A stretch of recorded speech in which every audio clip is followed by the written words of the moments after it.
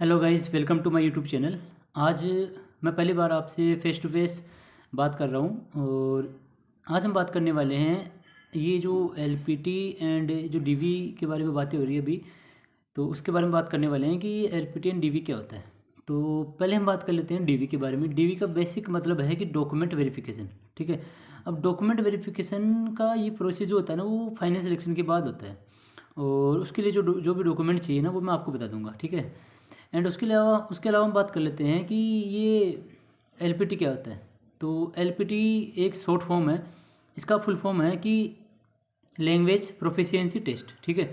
तो LPT basically उस चीज़ के लिए होती है कि जब आप अदर स्टेट से अप्लाई करते हैं तो आपको क्या होता है कि उस स्टेट की जो ऑफिशियल लैंग्वेज है ना, उसमें आपको बेसिक नॉलेज होनी चाहिए। ठीक है। तो इसके लिए दो प्रोसेस होते हैं कि एक तो अगर आपने वो लैंग्वेज आपने अपने एकेडमिक एजुकेशन में पढ़ी हो, मतलब 10th 12th में कहीं ना कहीं पढ़ी हो एज ए सब्जेक्ट। ठीक है। या फिर आपको क्या करना होता है कि उसके लिए अलग से टेस्ट देना पड़ता है फाइनल सिलेक्शन के टाइम पे, जब आपका डॉक्यूमेंट वेरिफिकेशन होगा उस टाइम पे। ठीक है। तो उस स्टेट की बेसिक लैंग्वेज आपको आनी चाहिए। तो ये होता है कि अगर आपको आती है तो ठीक है, या आप उसी स्टेट से अप्लाई करें जहाँ की सीख सकते हैं। ठीक है। 15 से 20 दिन का टाइम मिलता है फाइनल सिलेक्शन के बाद, तो आप जहाँ की सीख सकते हैं वहीं के लिए अप्लाई करें। ठीक है। तो ये है एलपीटी की बात। तो जब जैसे मैंने गुजरात से अप्लाई किया मान लो, तो गुजरात के लिए मेरे को गुजराती लैंग्वेज आनी चाहिए। तो जैसे एसबीआई क्लर्क के लिए 17 नवंबर को रिजल्ट आया है और उसका जो डीवी है वो 4 जनवरी को है। तो इतना बीच में टाइम मिला है, एक सवा महीने का। तो ये आपको टाइम मिलता है। इसके इसके इसमें ना आपको डॉक्यूमेंट भी तैयार करने हैं एंड आपको क्या करना होता है कि लैंग्वेज भी सीखनी है। ठीक है। ये है एलपीटी के बारे में। एंड जब अब बात करते हैं कि डॉक्यूमेंट्स की, तो डॉक्यूमेंट्स के लिए क्या होता है कि आपके पास पहले मेल आएगा। मेल आने के बाद क्या होगा कि मेल में आपको डॉक्यूमेंट दिए होंगे और उसके अलावा जहाँ पे आपका डीवी होगा उसकी वो जो लैब है उसका एड्रेस दिया होगा। ठीक है। तो आपको उस प्रोसेस को फॉलो करना है। डेट दी होगी, टाइम दिया होगा, आपको वो एड्रेस दिया होगा कि कहाँ पे आपका डीवी होगा। उसके अलावा आपको डॉक्यूमेंट दिए होंगे और भी कुछ प्रोसेस होंगे जो दिए होंगे। ठीक है। तो मैं ना आपको वो बता देता हूँ कि आपको क्या क्या डॉक्यूमेंट लगेंगे। ठीक।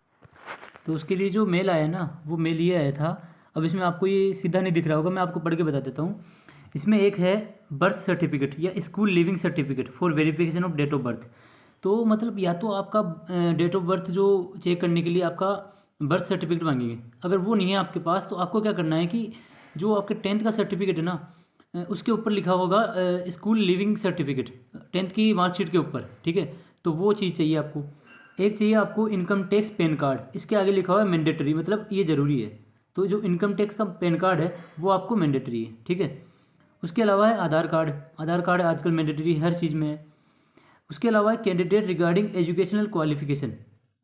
तो जो उसके लिए कैंडिडेट का सर्टिफिकेट होगा, एजुकेशनल क्वालिफिकेशन, जैसे आपने कोई ग्रेजुएशन जहाँ से की ना उसकी डिग्री मांग रहे हैं। ठीक है। इसके अलावा अगर कोई एक सर्विसमैन है उसके लिए मिलिट्री डिस्चार्ज सर्टिफिकेट चाहिए। उसके अलावा 2 कैरेक्टर सर्टिफिकेट चाहिए, इधर from 2 gazetted officer of government, मतलब या तो 2 गेजेटेड ऑफिसर हो जिनके पास सील होती है ना, सील एंड साइन, तो वो उसके 2 सर्टिफिकेट चाहिए। या फिर आप एक अपनी कॉलेज का सर्टिफिकेट ले सकते हैं, कैरेक्टर सर्टिफिकेट, या और एक गेजेटेड ऑफिसर का ले सकते हैं। ठीक है।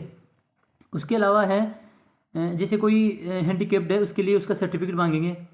इसके अलावा अगर आप SC ST या OBC से हैं तो उसका सर्टिफिकेट चाहिए आपको।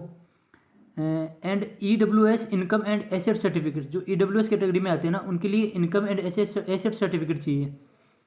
और उसके अलावा 3 इसमें दे रखा है, 3 पासपोर्ट साइज फ़ोटो चाहिए। तो आप 3 की जगह 6 लेके जाएँ या 10 लेके जाएँ, जितनी भी आपके पास हो वो लेके जाएँ। ठीक है। इसके अलावा इसमें दे रखा है, मतलब जो एड्रेस देगा वो दे रखा है, जैसे the director state bank institute of learning and development. ठीक है। इसमें एड्रेस दे रखा है ऐसे बड़ौदा वगैरह कुछ, और डेट है 4 तारीख की 12 बजे।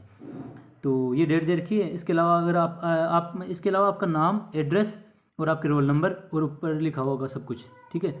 तो ये होता है ये आता है मेल। उसके अलावा क्या आता है कि आपके मेल के आने के बाद है ना, जैसे मेरा मेल आया, ये आ रखा है मेल, एक बार चेक कर लेता हूँ मैं इसको कब आया था ये। तो ये आया था मेरे पास 14 दिसंबर को। ठीक है।